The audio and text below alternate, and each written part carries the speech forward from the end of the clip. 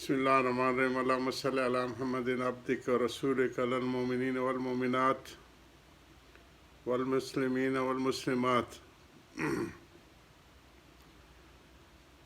شروع میں حضرت سرا و ضرا کی جو آیت ہے کہ جو ہے پہلے تو اس کو بیماریوں سے اور اس اسباب سے اور اس کا تفصیلی ذکر ہوا، اب کل سے ضرا یہ فقر و فاقہ اور مالی تنگیوں کے ساتھ اس کو ہے، اس کی مجلس شروع ہے۔ ایک بڑا سبب رزق کی کمی کا نافرمانی ہے۔ حدیث میں آتے ہیں ان العبد یحرم رزق بخطیۃ یعملھا، یعنی بے شک بندہ رزق سے محروم ہو جاتا ہے گناہوں کے سبب۔ اس طرح فرما برداری برکت کا سبب ہے۔ یہ مطلب نہیں ہے کہ 10 روپے اگر رکھے ہوں تو وہ 20 ہو جائیں گے، مطلب یہ ہے کہ تھوڑے سے کام چل جائے گا۔ بعض لوگ بارش کے لیے بھی تعویذ کرتے ہیں۔ کسی نے اس کے لیے چہل کاف یاد کر رکھا ہے، اور یہ چہل کاف سیدنا حضرت غوث اعظم رحمۃ اللہ علیہ کی طرف منسوب ہے۔ عملیات کے اندر اگر وہ حد شرعی میں ہوں کوئی خرابی تو نہیں، مگر لوگوں کا عقیدہ عملیات کے ساتھ اچھا نہیں، اسے بالکل ہی چھوڑ دیں تو اچھا ہے، بجائے ان کے مسنون تدبیر اختیار کریں۔ بارش رکنے کے حروف بھی مشہور ہیں جن علاقوں میں بہت بارشیں ہو جاتی ہیں، اور حضرت صلی اللہ علیہ وسلم نے بھی فرمایا حوالینہ ولا علینا، ایک ہفتہ بارش ہوتی رہی مدینہ میں۔ اگر ان عملیات کے بعد بارش ہو جائے یا رک جائے تو تعجب نہیں ہے،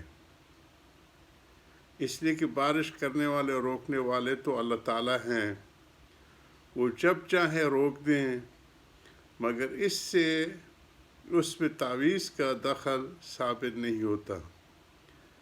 البتہ جو امور تدبیر کے متعلق ہیں ان میں بإذن خالق تدبیر کو نافع سمجھنا یا تدبیر نہ کرنا کچھ مذائقہ نہیں۔ باقی رہا تدبیر پر یہ شبہ کہ یہ بھی خدا تعالیٰ کو ایک گنا رہ دینا ہے، سو جان لینا چاہیے کہ تدبیر کرنا درخواست کے مرتبہ میں ہے، یعنی دعا جیسے ہوتے ہیں۔ درخواست کرنا اور شے ہے، اپلیکیشن جو ہوتی ہے کسی بھی دفتر میں پیش کی جاتی ہے، اور رائے دینا اور شے ہے۔ مثلا سرکار سے ہم درخواست کریں گے کہ فلاں جگہ پل بنا دو، روڈ بنا دو، تکلیف ہے اس کو دور کریں۔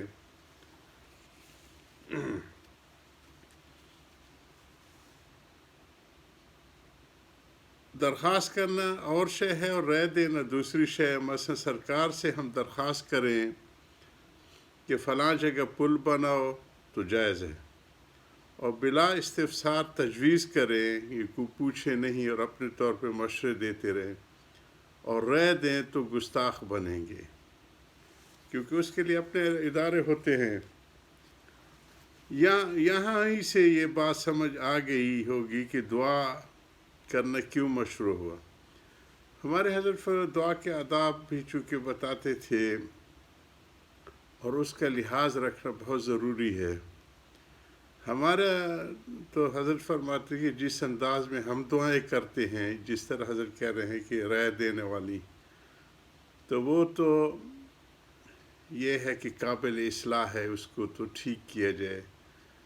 دعا میں عاجزی، درماندگی، بیچارگی، اپنے احتیاج، حاجت کو پیش کر کے، جیسے کہ حاکم بالغ کے سامنے انسان پیش ہوتا ہے۔ ہم لوگ کیا ہوتے ہیں، حضرت کہہ رہے ہیں کہ ہم لوگ جیسے کہ یہ جو حضرت فرما رہے ہیں کہ ڈکٹیٹ کر رہے ہوتے ہیں کہ ایسے کرو، ایسے کرو، ایسے کرو، ایسے کرو، جیسے کہ کوئی افسر اپنے محتاط کو ڈکٹیٹ کرتا ہے کہ ایسے کرو، ایسے کرو، اور اگر کچھ دنوں کے بعد وہ نتیجہ نہیں آتا تو منہ پھلا کے پھر رہے ہوتے ہیں دعا بھی چھوڑ بیٹھتے ہیں۔ حضرت فرماتے تھے کہ نہیں، دعا کو تو جم کے کرنا ہے۔ ایک بزرگ کا مشہور ہے نا جی کہ 70 حج کیے اور ہر حج میں آ کے ملتزم شریف پہ آ کے دعا کرتے تھے، ربنا تقبل منا، کہ اللہ اس کو قبول فرما۔ تو آتا تھا کہ نہیں، تو اس کے کوئی خاص شاگرد تھے، وہ بھی پیچھے تھے، اس نے بھی سن لیا۔ تو انہوں نے کہا کہ حضرت آپ نے سنا نا، کہ آپ نے بھی سننی ہے نا؟ کہ ہاں۔ تو کہتے پھر 70 سال سے آپ کیوں آ رہے ہیں؟ فرمایا اس کے علاوہ کوئی اور در ہے بیٹے؟ تو اس طرح جم کے عاجزی کے ساتھ دعا کرنا چاہیے، جس حضور صلی اللہ علیہ وسلم اب وہ طائف میں گئے بھی اللہ کے کام کے لیے، وہاں پتھر پڑے اور خون مبارک جو ہے سر سے لے کے نالین مبارک جوتوں تک آ گیا۔ تو دعا کیا کرتے ہیں؟ اللہم نسألک مسالۃ المسکین ابتحل الیک ابتحال المذنب ذلیل۔ کیسے کیسے الفاظ اختیار کیے گئے اور کیسے عاجزی کے ساتھ، ادعو کا خائف ضریر ومن خدت لک رکبتہ وذل لک جسم وراغم لک انفہ، کہ میں اپنا ناک رگڑ رہا ہوں، راغم لک انفہ فلا تجعلنی بدعائک شقی کم برؤوف الرحیم۔ اس قسم کی عاجزی درماندگی ہو دعا میں، جو حضرت کہہ رہے کہ درخواست کرنے والے ہوتے ہیں، ہم تو اپنی رائے دے رہے ہوتے ہیں، ڈکٹیٹ کرا رہے ہوتے ہیں، تو یہ دعا ہم نے سیکھی نہیں ہے۔ تو حضرت اس کو کہہ رہے ہیں کہ رائے دے تو گستاخ بنیں گے۔ اور یہیں سے یہ بات سمجھ میں آ گئی ہوگی کہ دعا کرنا کیوں مشروع ہوا، حالانکہ اس میں بھی یہی شبہ ہوتا ہے کہ دعا کرنے والا گویا یہ کہتا ہے کہ یوں ہو تو مناسب ہے۔ بات یہ ہے کہ تجویز کرنا ہے برا، اور دعا تو اپنی ایک خواہش اور حاجت اور افتقار ظاہر کرنا ہے کہ ہم فقیر ہیں، ہماری یہ حاجت، اس کو پورا کیا جائے، ظاہر کرنا ہے۔ اور اس کے ساتھ یہ بھی عقیدہ ہے کہ اگر ایسا نہ ہوگا تو اس پر راضی ہوں گا اور اس کی حکمت کے موافق سمجھیں گے، کیونکہ وہ حاکم بھی ہیں اور حکیم بھی ہیں۔ اس نقطے کو مہمل چھوڑنے کی وجہ سے بعض لوگوں نے دعا چھوڑ دی ہے۔ ہاں، جن میں کوئی حال غالب ہے وہ معذور ہیں، اور اگر حال غالب نہ ہو، تمکین کی حالت ہے، تو سمجھے گا دعا رضا کے خلاف نہیں۔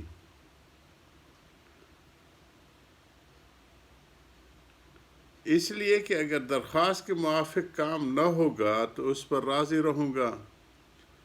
اس دقیقہ کو تدبیر مقادم قضا معلوم ہوتی ہے، کہ اپنی ضرورتوں کو پیش کرنے کی تدبیر معلوم ہوتی ہے، مقادم پیش کرنا کہ اپنی قضا، اپنی حاجتوں کو۔ حضور صلی اللہ علیہ وسلم سے صحابہ کرام نے پوچھا کہ یا رسول اللہ، یہ دعا اور رقیہ جو دم وغیرہ کرتے ہیں، کیا قضا کو رد کر دیتی ہے؟ فرمایا ذالک من القدر، یہی جو ہے تقدیر میں ہے، یعنی یہ چیزیں بھی قضا میں داخل ہیں۔